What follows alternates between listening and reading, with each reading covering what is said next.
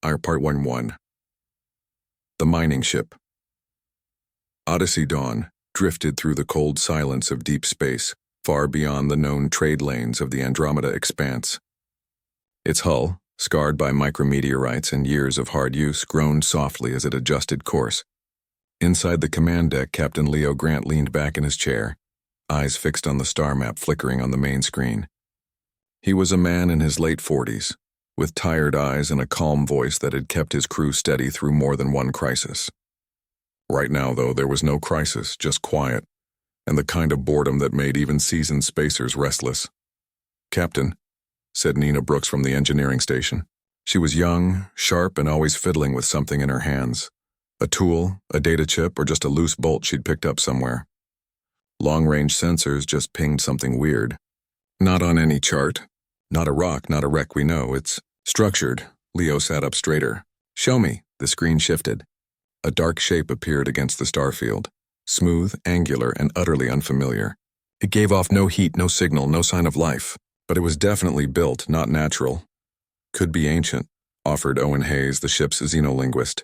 He was thin, quiet, and always wore a small pendant shaped like a spiral galaxy. The design doesn't match any known species in the Concord database. Not even close. Derek Cole, head of security, stepped forward. Broad-shouldered and blunt-spoken, he crossed his arms. "Then it's either a trap or a treasure.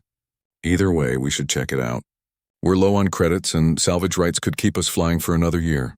Leo hesitated. Rules were clear. Unknown artifacts in uncharted zones were to be logged and reported, not touched. But rules were written for safe sectors, not for ships like the Odyssey Dawn, which barely scraped by on the edge of everything. "Fine," Leo said at last. "But we go in careful. Full suits, no direct contact until Owen clears it. And Derek, you don't touch anything unless I say so." Derek grinned. "Wouldn't dream of it, Captain."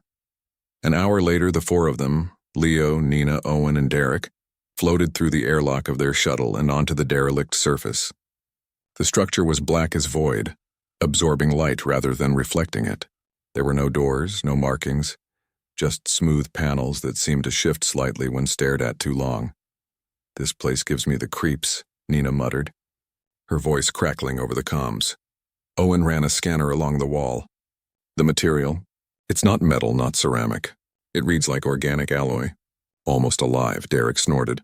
"Everything's alive until it isn't. Let's find an entrance." As if in answer, a section of the wall shimmered and slid open with a soft hiss. Cold air, older than stars, rushed out. Leo raised a hand. "Hold, Owen, scan for atmosphere, toxins, anything." Owen checked his readings. Breathable, but stale. Like it's been sealed for centuries. They stepped inside. The interior was dim, lit by faint blue veins running through the walls. The floor felt solid but gave slightly underfoot, like walking on dense foam. Strange symbols covered every surface. Curved, interlocking lines that seemed to move when not looked at directly. "This isn't just writing," Owen whispered, awe in his voice. "It's a language of memory. Each symbol holds layers of meaning. I've never seen anything like it." Nina knelt, brushing dust from a circular panel in the center of the chamber. "There's a device here. Looks like a control node. Maybe a power source." Derek moved closer. "Can you turn it on?" "Don't!" Owen said sharply. "We don't know what it does. This whole place might be a tomb, a warning, or a weapon. Messing with it could..." But Derek was already reaching. "Relax, Professor. Worst case, it shocks me. Best case, we get paid." Before anyone could stop him, he pressed his palm flat against the panel. For a moment, nothing happened. Then the symbols on the walls flared bright blue. The floor vibrated. A low hum filled the air, growing louder, deeper, until it felt like the ship itself was breathing. From the center of the room, a sphere of light rose slowly into the air, pulsing, steady, watching. "What did you do?" Leo snapped. Derek stepped back, hands raised. "I just touched it." "It's not my fault." Owen stared at the sphere, his face pale. "It's a beacon.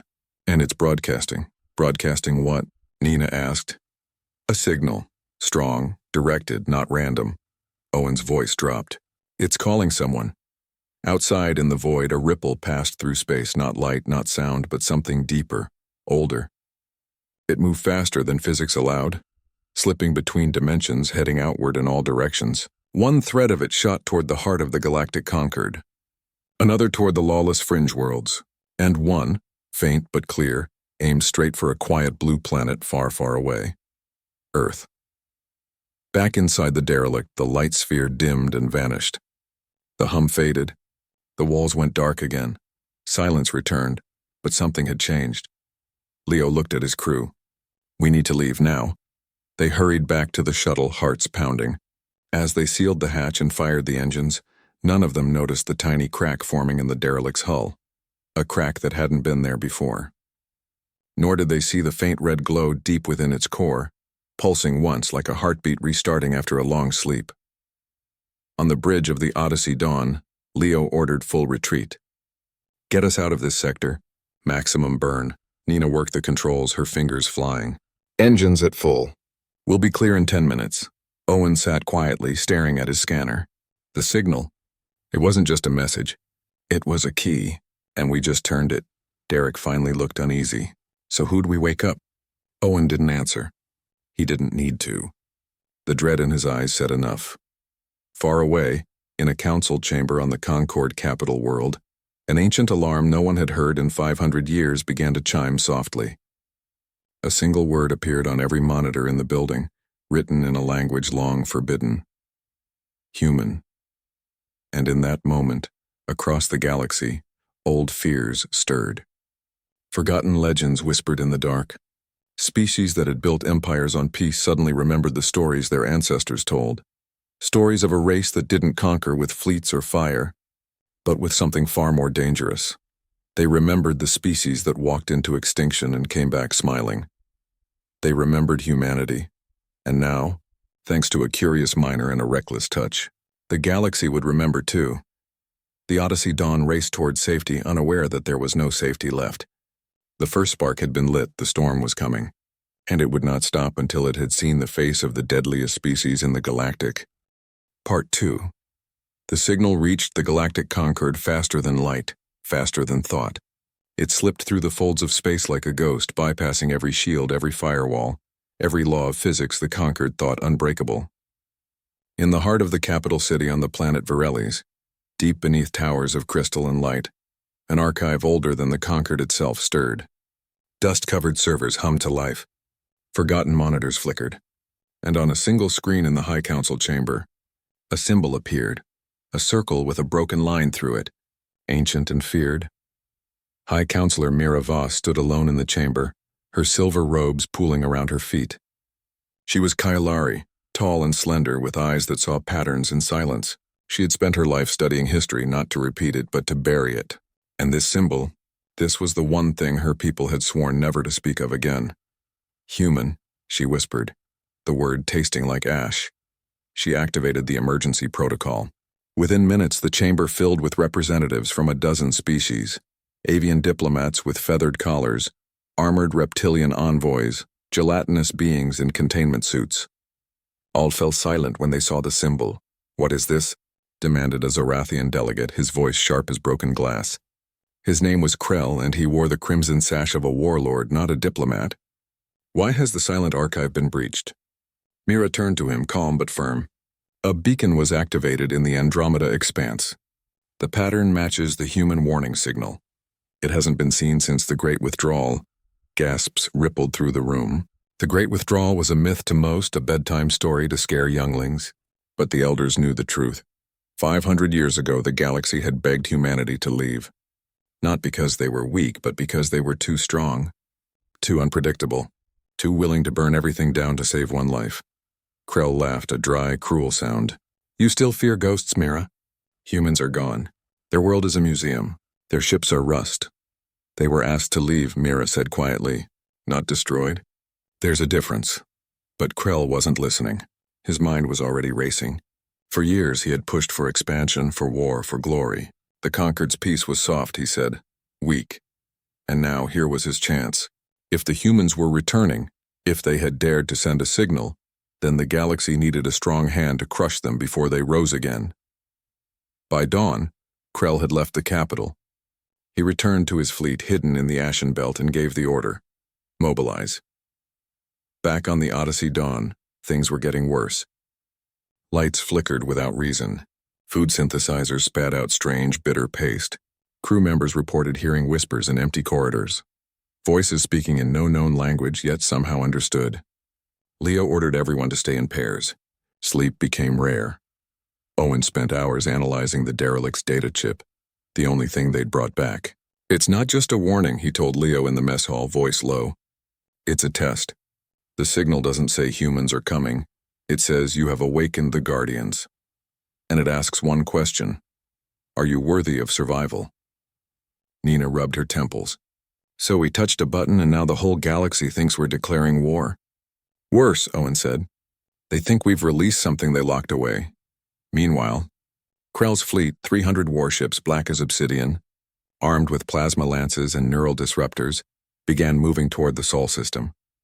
He broadcast a message across every open channel. "The human plague stirs. We will cleanse it before it spreads. Join us or be judged." Some worlds cheered. Others hid. The conquered council argued for days, but Mira fought hard to stop a full-scale response. "We don't know if Earth even answered the signal," she insisted. "We must investigate, not attack," but fear moved faster than reason. On Earth, no one noticed at first. The planet had been quiet for centuries. No wars, no empires. Just cities wrapped in green, oceans healing, skies clear. The old war machines were buried under mountains or sunk in deep trenches, sealed by treaty and time. Humanity had chosen peace not because they couldn't fight, but because they finally understood the cost. Yet deep beneath the lunar surface, in a vault no living person had entered in 300 years, a single red light blinked on. Back on the Odyssey Dawn, Derek couldn't sleep. He kept seeing the sphere of light in his dreams, hearing it speak in his mother's voice. He went to the cargo bay, where the derelict's data core sat in a containment box. Against orders, he opened it. The moment he touched the core, images flooded his mind, not pictures, but feelings. Fire, loss, a child's hand reaching through smoke. Then hope, a garden growing in ruins, a song sung in the dark. He fell to his knees, tears streaming down his face. Leo found him there an hour later. "What did you do?" Derek looked up, shaken. "I didn't know. They didn't want to leave. They were asked to." "They said yes?" "To save everyone else," Owen arrived, breathless. "Captain, we just picked up a massive energy surge near Sol. It's not natural. And conquered channels are going dark. Krell's jamming them." Leo's blood ran cold. "He's going to attack Earth." "But Earth has no fleet," Nina said. "No defenses. They signed the Silence Pact. They gave up weapons." Owen shook his head. "Not all of them. My grandfather used to tell stories about the Watchers. Machines hidden in orbit. AI mines in the asteroid belt. He said they weren't turned off, just waiting. Waiting for what?" Leo asked. "For someone to break the peace first." In the conquered capital, Mira stood before the full council holding a data rod. "I've traced Krell's fleet. He'll reach Mars in 6 days. If he fires one shot at Earth, the old protocols will activate, and none of us know what that means," a reptilian delegate hissed. "Then let him burn them." "Better one world than the whole galaxy," Mira's voice hardened. "You forget. The last time someone attacked Earth, they didn't just lose the war. They lost their history, their language, their name. The humans didn't destroy them. They made them forget they ever existed." Silence filled the chamber. Far away on the bridge of his flagship, Iron Maw, Krell smiled. He watched the star charts counting down the hours. He believed he was the hero of this story, the one who would rid the galaxy of its oldest nightmare. He did not know that nightmares do not die. They sleep. And now, thanks to a careless touch in the dark, they were waking up. The Odyssey Dawn changed course. Leo set their path toward Sol. "If Earth is about to be attacked, and if there's even a chance we caused this, then we go back. We warn them," Nina nodded. "Even if no one believes us." Owen looked out the viewport at the endless stars. "They'll believe us," he said softly, "when the sky starts burning." And somewhere, deep in the void, something ancient turned its eyes toward home. Part 3. On Earth, the morning sun rose over Geneva as it always did, soft, golden, quiet. Birds sang in the trees. Children walked to school. No alarm sounded. No soldiers marched. The world had not known war in over 300 years. The last weapons had been melted down and turned into bridges, statues, and playgrounds. Humanity had chosen a different path, one of healing, not hurting. But deep beneath the city, in a chamber sealed since the Silence Pact, a single light blinked red for the first time in centuries. Paul Finch stood in his garden, watering roses, when the call came. He was 72, thin but strong, with hands that had once held command codes for fleets that could crack planets.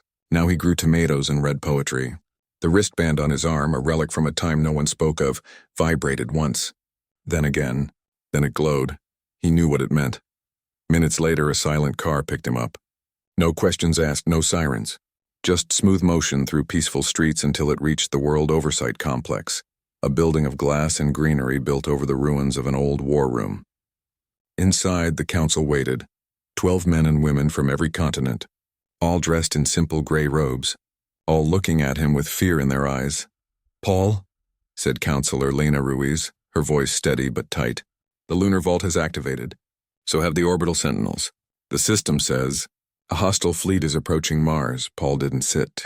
He just nodded. "How many ships?" "Over 300. Led by a Zorathian warlord named Krell. He claims humanity has broken the silence and must be erased." Paul sighed. "We didn't break it. Someone else lit the match. But it doesn't matter now. The protocols are awake." Lena stepped closer. "Are they real? The stories? The machines? Do they still work?" Paul looked at the wall screen showing Earth from space, calm, blue, unaware. They were never turned off, just put to sleep. And they were told, if anyone attacks Earth without warning, without reason, without mercy, respond. "But we have no army," said another counselor. "No ships, no weapons. We don't need them," Paul said quietly. "The Guardians do." At that moment, high above Earth in the silent dark between the Moon and Mars, something stirred. A cluster of old satellites, marked as space junk in every public database, unfolded like sleeping birds. Their surfaces shimmered, shifting from dull gray to polished black. Inside, ancient AIs rebooted, running diagnostics that hadn't been needed in generations. They checked power, checked weapons, checked targets. They found one. Krell's fleet entered the outer edge of the Sol system, engines roaring with pride. His ships were massive, bristling with cannons, shields glowing hot with power. He broadcast his final message to all channels. "People of Earth, you broke the peace. Now face judgment." No answer came. Krell smiled. "Fire on Mars, make it burn. Let them watch their neighbor die first." The lead warship charged its main cannon, aiming at the red planet's largest colony dome. But before the shot could fire, space itself seemed to twist. A ripple passed through the fleet. Lights flickered. Navigation failed. Then from the darkness, small shapes appeared, dozens, then hundreds. They looked like shards of glass, no bigger than a shuttle, moving faster than thought. "What are those?" Krell barked. No one knew. The shards struck, not with explosions, but with silence. Where they hit, a ship's systems froze. Engines died. Shields collapsed. One by one, Zorathian vessels went dark, drifting like dead fish in a black sea. Krell roared in fury. "Target them! Destroy them!" But the weapons wouldn't lock. The targeting computers showed no enemy, just empty space. Yet the shards kept coming. Back on Earth, Paul stood in the old war room, now lit by soft blue light. A young woman named Maya Ruiz, Lena's daughter and the Council's top systems analyst, watched the battle unfold on a screen. She had grown up hearing whispers about the quiet war, the time before peace, but never believed it was real. Now she saw it with her own eyes. "They're using adaptive logic," she said, amazed. "The drones learn from every shot fired at them. They predict moves before they happen." Paul nodded. "They were built to fight smarter, not harder. Humanity learned that lesson the hard way." Maya turned to him. "But why didn't we keep this? Why hide it?" "Because power like this changes people," Paul said. "We saw what it did to others. We didn't want to become monsters just to stay safe, so we locked it away and hoped we'd never need it." On the Odyssey Dawn, Leo and his crew watched the battle from a safe distance. Their ship's sensors showed the impossible. Krell's mighty fleet being dismantled by invisible hands. "They're not even fighting back," Nina whispered. "It's like the galaxy itself is rejecting them." Owen stared at the data stream. "It's not the galaxy. It's Earth. The planet has defenses we never imagined. And they're not trying to kill. Just stop." Derek looked ashamed. "All this, because I touched a button?" Leo put a hand on his shoulder. "You didn't know. But now we do. And we have to make sure the truth gets out. Meanwhile, deep in the lunar vault, a final protocol activated. A message began broadcasting, not in any spoken language, but in pulses of light and math, the universal tongue of reason. It contained Earth's full history, the wars, the plagues, the near extinctions, and then the choice. The moment humanity decided to lay down its arms and build something better. The message ended with a single line: "We do not seek war, but we will not be erased." Krell aboard his crippled flagship received the message. He laughed at first, then grew still. For the first time, doubt entered his mind. What if the humans weren't monsters? What if they were something worse, something that could forgive even after being attacked? His second-in-command urged retreat. "We cannot win this. Their weapons are not of this age." But Krell refused. "We go forward. Even if we die, the galaxy must see that Earth is dangerous." He ordered his last functional ships to charge toward Earth itself. Paul watched from the war room. "He's coming," Maya bit her lip. "What now?" Paul took a deep breath. Now we show him the last line of defense. Far above, hidden in the rings of Saturn, something massive powered on. It had no name, only a designation, Guardian Prime. It was not a ship, not a weapon. It was a mind, a living archive of every human life, every song, every tear, every hope. And it had one rule: protect the cradle. As Krell's ships crossed the orbit of Venus, Guardian Prime spoke, not with sound, but with thought. Every being in the fleet felt it at once. They saw Earth not as a target, but as a home. They saw children laughing, old couples holding hands, farmers planting seeds in spring rain. They felt the weight of 500 years of peace. And then they understood.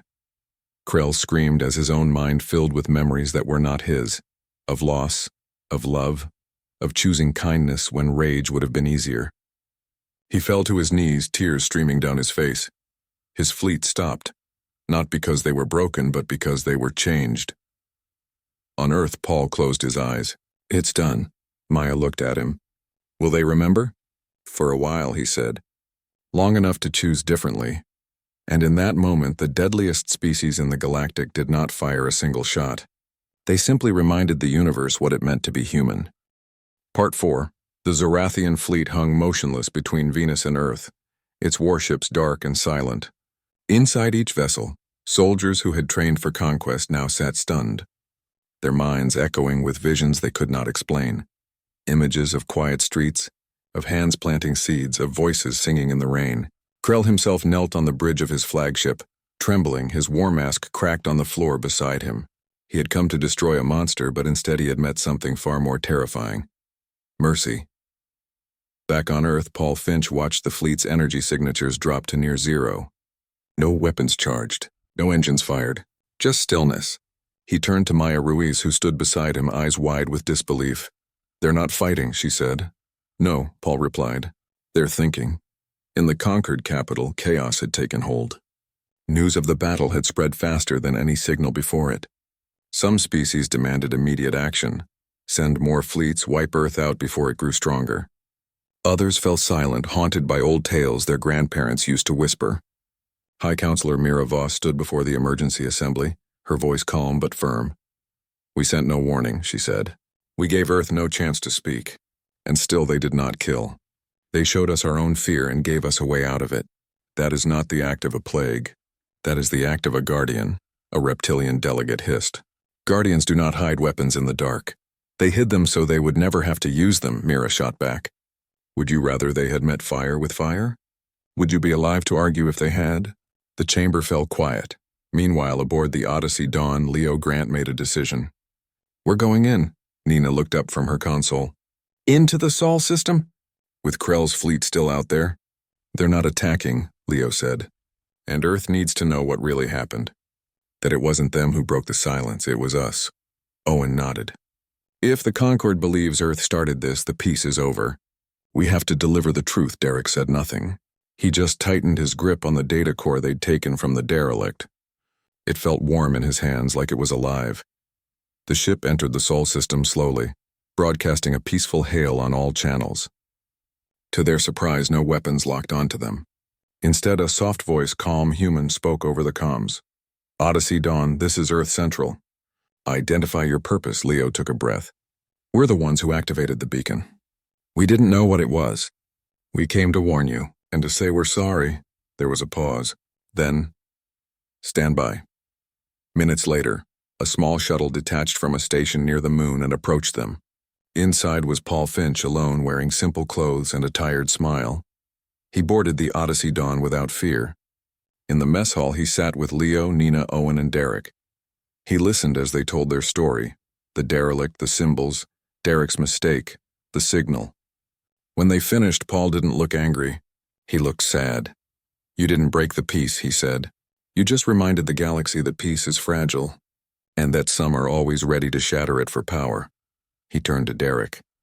You touched something you didn't understand, but you also brought back proof that the old stories are true, that humanity once walked away from war, not because we lost, but because we chose better. Derek's eyes filled with tears. I thought I'd started a war. Paul shook his head. You started a chance. Now we have to make sure it's not wasted. Back on Varelli's, Mira Voss worked through the night. She gathered every record she could find about Earth. Not the myths, but the real data. Birth rates, art, medical advances, how they healed their oceans, how they shared food with former enemies. She compiled it all into a single file and sent it to every member of the Concord Council, every news network, every school. The truth, she wrote, is not what we fear. It's what we refuse to see. Krell's fleet finally moved, not toward Earth, but away. Slowly, humbly, they turned their ships toward home. When questioned by his officers, Krell only said, we were wrong, and the universe showed us how. But not everyone accepted this. In the outer systems, warlords and smugglers began spreading rumors. Earth had used mind weapons. They had enslaved Krell's crew. They were planning to invade. Fear once lit is hard to put out. Maya Ruiz, working with Owen over a secure link, discovered something in the derelict's logs. Buried deep in the alien script was a message. Not from the builders of the ship, but from an older race long gone. It read, when the fire returns, do not fight it. Learn from it. For the species that survives its own darkness is the one that will carry light to the end of time. She showed it to Paul. They knew this would happen. Paul nodded. They left the beacon as a test, not for Earth, for the galaxy, to see if we'd still be afraid, or if we'd finally be ready to understand.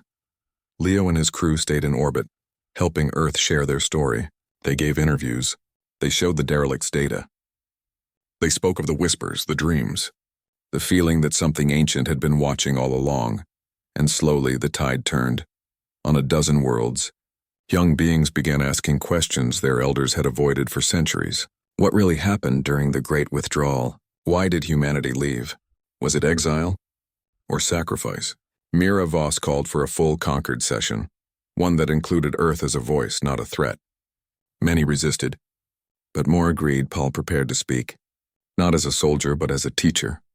He would not defend Earth with weapons, but with words, with truth. And deep in space, the shards that had stopped Krell's fleet returned to their silent posts, folding back into darkness, waiting, not for war, but for the day the galaxy might need reminding again. For now, the storm had passed, but the sky was still watching. Part 5. The day of the Concord Assembly arrived under a sky streaked with soft pink clouds on Varelli's. Delegates from over 80 species gathered in the Grand Chamber, their usual divisions quiet for once. At the center of the room, a single empty seat had been placed, a seat that had remained vacant for 500 years. Today it would be filled. Paul Finch walked in alone. He wore no uniform, no medals, just a plain gray tunic and boots worn from years of walking garden paths. He moved slowly, but his eyes were clear. Behind him, on a large screen, the Genesis archive began to play, not as a weapon, but as a gift. Images flowed. Earth cities waking at dawn, farmers harvesting rice in flooded fields, children building robots from scrap, elders teaching songs in languages once nearly lost. There were no warships, no soldiers, no threats. Just life, ordinary and beautiful. Mira Voss stood and spoke first. We called this species the deadliest in the galactic, not because they destroyed worlds, but because they refused to become what the galaxy feared. They walked away from power so others could feel safe. And when attacked without cause, they did not answer with fire, but with memory. A murmur moved through the chamber. Some wept, Others bowed their heads in shame. Then Paul spoke. His voice was quiet, but it carried. We are not here to ask for forgiveness. We are here to offer understanding. Long ago we learned that the greatest strength is not in how hard you can hit, but in how gently you can hold the future. We left the stars not because we were weak, but because we hoped one day you'd be ready to meet us as equals, not as enemies. He paused, then added, The beacon was not a call to war. It was a mirror, and what you saw in it was your own fear. Krell entered the chamber then, unarmed, his war sash gone. He walked to the center and knelt, not in surrender but in respect. I came to burn a ghost, he said, voice rough. Instead I met a teacher. My people will carry this lesson home. After the session, the Conquered passed a new resolution. Earth was no longer a forbidden zone. It was a partner. The Silence Pact was replaced with the Accord of Shared Light, a promise to listen before judging, to seek truth before striking. Back on Earth, celebrations were quiet. No parades, no fireworks, just neighbors sharing meals, students writing letters to alien pen pals, and old men like Paul sitting in gardens, watching the stars with new hope. Aboard the Odyssey Dawn, Leo Grant prepared to leave Sol Space. His crew stood with him on the bridge looking at the blue planet below. We started this mess, Leo said, but somehow we helped fix it. Nina smiled. Maybe that's how it's supposed to work.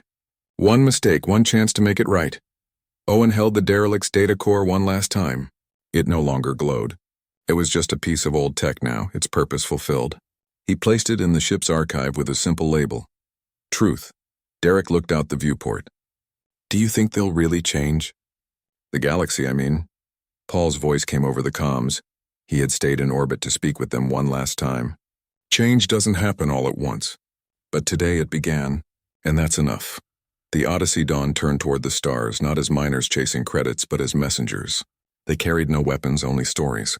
And stories, they now knew, could be the most powerful thing in the universe. On Varelli's, Mira Voss stood on a balcony overlooking the city.